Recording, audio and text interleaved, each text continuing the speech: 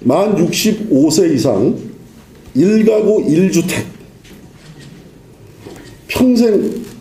평생 열심히 일해서 1가구 1주택, 이것이 우리 보편적인 서울 시민의 꿈이자 현실 아니겠습니까? 만 65세 이상 가구 이상 1가구 1주택자 종부세 면제하겠습니다.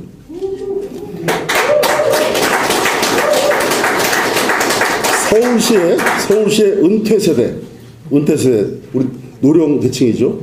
은퇴세대의 정주 환경이 무너지고 있습니다. 정주 여건이 무너지고 있습니다. 이 집 세금이 너무 비싸니까 이 집 팔아서 외곽으로 나가야 되나, 더 나가야 되나, 이렇게 고민하는 것이 은퇴세대, 소득이 없는 은퇴세대의 고민입니다. 이 문제 우리 대한민국이 이대로 두어서는 안 된다고 생각합니다. 서울시장이 나서겠습니다.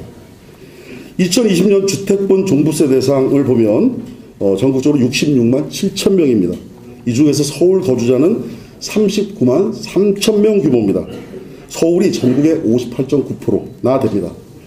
2019년과 비교해보면 서울에서만 종부세 대상자가 9만 5천 명이 증가를 했습니다. 무려 한 해 동안 30% 이상, 31.9%가 큰 폭으로 증가하게 됩니다.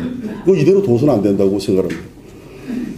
참고로 올해 주택분 종부세액은 1조 1,868억 원입니다. 근데 작년과 비교해보면 43%가 급등된 3,571억 원입니다. 그래서 많이 그 종부세액이 늘었죠. 근데 정작 제가 면밀히 검토를 해봤습니다만 65세 이상 1가구 1주택자 종부세를 면제시키는데 들어가는 재원 소요는 얼마나 될까?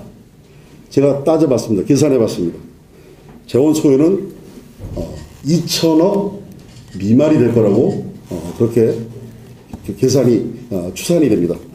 그래서 이렇게 보면 왜 그러느냐? 우선은 70세 이상은 내년부터 70%에서 80%까지 종부세 감면 대상이 됩니다. 그러니까 서울시에서 만약에 이것을 한다 그러면 나머지 내년부터는 20%만 70세 이상은 20%만 서울시에서 감당을 하면 되죠.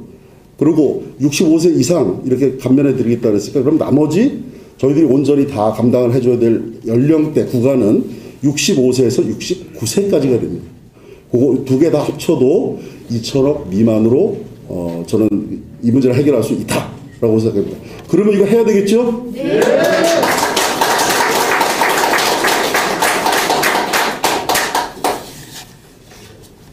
그래서 다시 한번 정리해서 말씀드리면 만 65세 이상의 1가구 1주택자에 대한 종부세를 면제시켜서 세금 폭탄에 위협받는 은퇴 세대의 정주 여건, 살아갈 여건들을 저희들이 지켜드리겠다는 겁니다.